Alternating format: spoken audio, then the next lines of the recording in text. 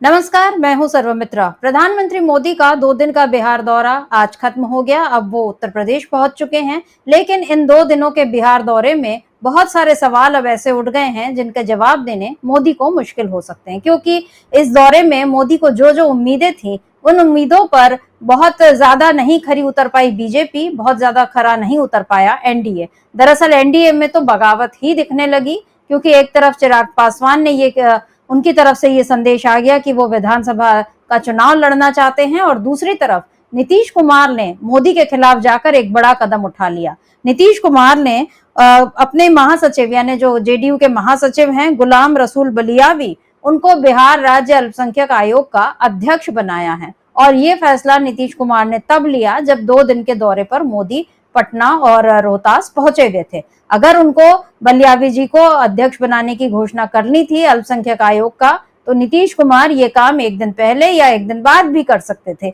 लेकिन प्रधानमंत्री मोदी के बिहार में होते हुए उन्होंने जिस तरह से ये फैसला लिया है, इसके बड़े सियासी मायने देखे जा सकते हैं, क्योंकि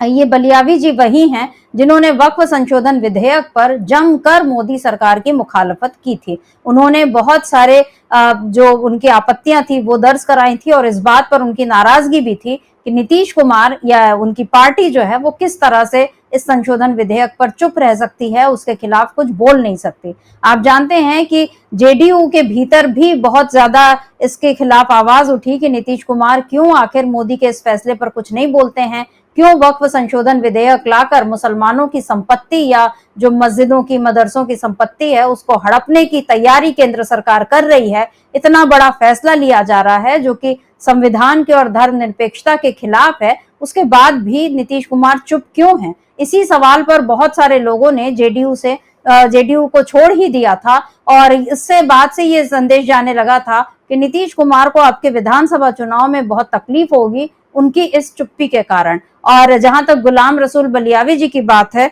तो उन्होंने तो यहां तक कह दिया था कि संसद को लेकर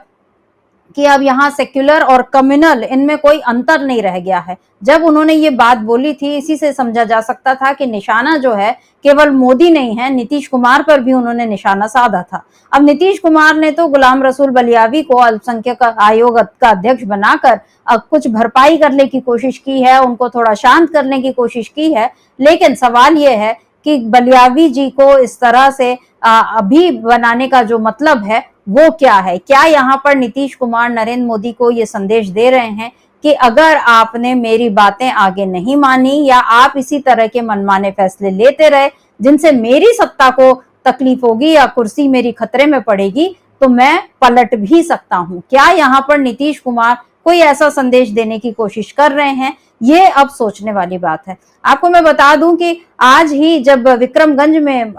जो रैली हो रही थी, सभा हो रही थी प्रधानमंत्री मोदी की, उसमें नीतीश कुमार ने एक तरफ तो बहुत ज्यादा मोदी जी की शान में कसीदे पढ़े और ये सब बताया कि उन्होंने कितना कुछ किया है। नीतीश कुमार ने ये कहा कि उन्होंने ये कहा कि 11 साल के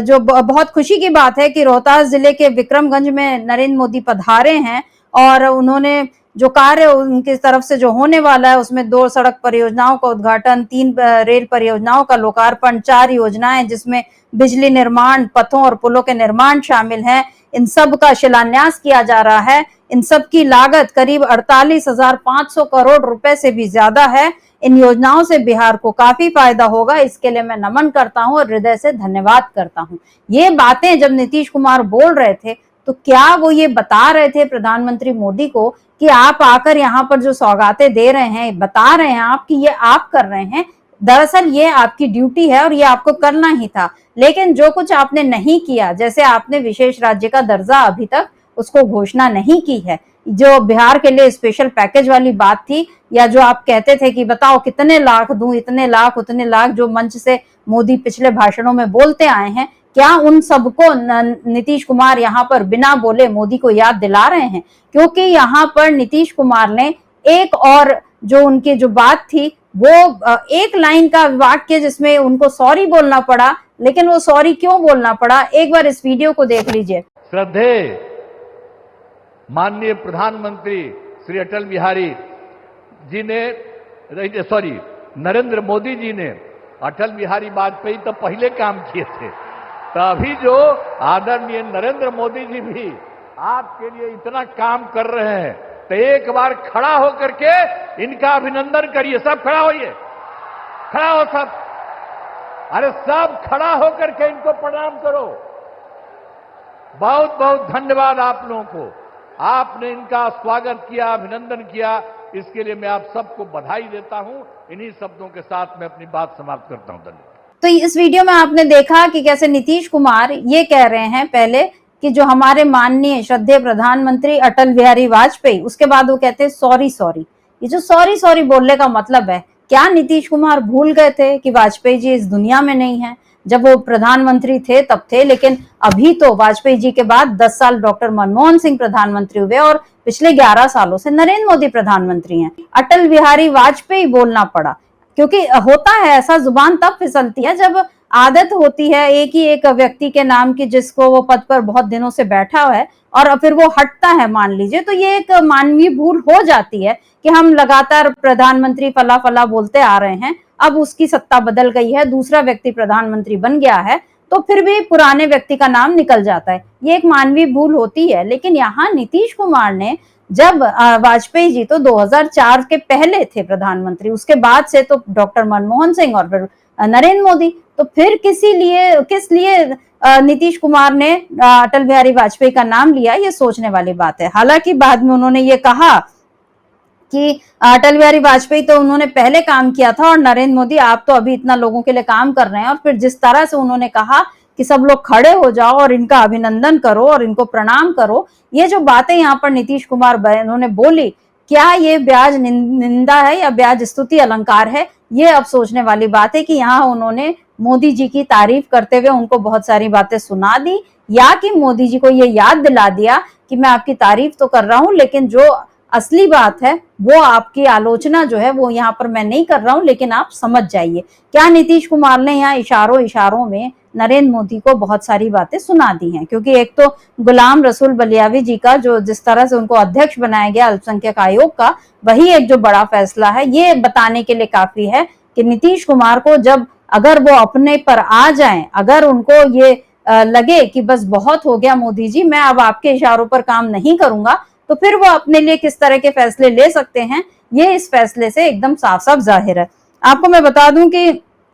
बलियावी जी को जो अध्यक्ष बनाया गया, इसके अलावा पटना सिटी के लखविंदर सिंह और गया के मौलाना उमर नूरानी को 2 उपाध्यक्ष बनाए हैं इस बार, तो इन दोनों को उपाध्यक्ष बनाया गया है। और इस आयोग में कुल 11 सदस्य होंगे, उसमें अध्यक्ष और 2 उपाध्यक्षों के अलावा 8 और सदस्य होंगे। तो इस तरह से पूरा अल्पसंख्यक आयोग का पुनर्गठन हुआ है। और जेडीयू की इस कवायद को यह माना जा रहा है कि अभी जो वक्फ संशोधन विधेयक के कारण नीतीश कुमार को लगा कि बहुत बड़ा नुकसान हो गया है, क्योंकि इफ्तार पार्टियों का भी उनकी बहिष्कार हुआ था, लोगों ने एकदम उन पर सवाल उठाने शुरू कर दिए थे कि आप तो धर्मनिरपेक्ष नेता थे, आप कैसे इतने सांप्रदायिक फैसले के साथ हो सकते हैं, ये सारे सवाल उठने लगे थे। और बिहार में अच्छी खासी तादाद है मुस्लिम आबादी की, जिसमें जो वोटर्स की, और उसमें अगर जो वोट है पूरे के पूरे अगर अभी महागठबंधन की तरह शिफ्ट हो जाते हैं, तो फिर नीतीश कुमार के पास क्या रह जाएगा। ये जो सीमांचल का जो पूरा इलाका है, वहां पर बीजेपी की कोई पैठ अभी तक नहीं बनी है, लेकिन नीतीश कुमार की वहां पर पैठ है, वहां पर कांग्रेस की पैठ है, मुस्लिम मतदाता इनके साथ है, ओवैसी का भी जो मतदाता है वो भी अभी उनके साथ जा सकता है, लेकिन नीतीश कुमार को इसमें बड़ा नुकसान हो जाएगा। ये उनको बात समझ में आई, तो उन्होंने मोदी के खिलाफ ही जाकर एक बड़ा कदम उठा लिया है। इधर पप्पू यादव का कल का एक जो ट्वीट है उसको देख लेते हैं, क्योंकि उसमें उन्होंने नीतीश कुमार को एक तरह से चेतावनी ही दी है। तो पप्पू यादव ने जो मोदी का रोड शो है उसकी तस्वीरें दिखाते हुए लिखा था कि बिहार में बीजेपी की यही औकात है, बिना नीतीश बिहार में बिल्कुल फिनिश। नरेंद्र मोदी जी के रोड शो में 200-400 लोग। नीतीश जी समझिए, बिहार को बीजेपी नहीं है स्वीकार, संभलिए, नहीं तो भाजपा के आसपास रहे तो आप भी हो जाएंगे पूरा साफ। तो क्या पप्पू यादव का ये जो कल का ट्वीट है, ये नीतीश कुमार को समझ में आ गया? क्या उन्हें ये बात उसका एहसास हो गया कि वाकई बीजेपी के साथ रहने पर उनका ही नुकसान हो सकता है? इधर कांग्रेस, बिहार कांग्रेस ने भी नीतीश कुमार को एक तरह से चेतावनी दी। उसका एक जो ट्वीट है उस पे उसने ट्विटर हैंडल पे उसने पोस्ट लिखी है जिसमें तिरंगा झंडा फहराता हुआ दिख रहा है, लेकिन उसके ऊपर जो है जेडीयू का झंडा है और नीतीश कुमार की तस्वीर है। कांग्रेस ने इस वीडियो को, उस झंडे के वीडियो को जारी करते हुए लिखा है, शर्मनाक, जो तिरंगे की इज्जत नहीं कर सके वो देश की क्या इज्जत करेंगे। यहाँ पर देश की बात है, लेकिन सीधे सीधे चेतावनी नीतीश कुमार को है कि देखिए आप इस तरह के काम मत करिए। बीजेपी ऐसा करती रही है, बीजेपी ऑपरेशन सिंदूर को भुनाती रही है, लेकिन नीतीश कुमार की ये राजनीति नहीं थी। तो अब नीतीश कुमार को समझाइश देने का सिलसिला अलग अलग तरह से शुरू हो गया है और इसी को लेकर अब जो ऐसा लग रहा है कि नीतीश कुमार बीजेपी के खिलाफ जाते हुए दिखाई दे रहे हैं। इधर आरजेडी ने भी एक ट्वीट किया है, उसमें आरजेडी ने साफ साफ ये जो मोदी को और नीतीश कुमार को टारगेट करते हुए लिखा है कि 20 वर्षों की एनडीए सरकार के पास अपने कामकाज का हिसाब देने के लिए कुछ नहीं है, इसीलिए 35 साल पहले बनी सरकार के 15 साल का रोना रोने वाले पहले अपने 20 साल का हिसाब दें। ये तेजस्वी यादव ने ये लिखा है, क्योंकि वो पहले भी वो जो उसका रिपोर्ट कार्ड पेश कर चुके हैं जिसमें एनडीए सरकार हर मोर्चे पर फेल दिखाई दे रही है। इसी को उन्होंने और टैग करते हुए ये लिखा है कि 35 साल पहले जो सरकार बनी थी, यानी 2005 के पहले जो सरकार थी लालू प्रसाद और राबड़ी देवी की, उसके कामकाज पर आप अभी तक रोना रो रहे हैं और अपने कामकाज का जो 20 साल से आपकी सरकार है आप उसका हिसाब भी नहीं दे रहे हैं। तो ये जो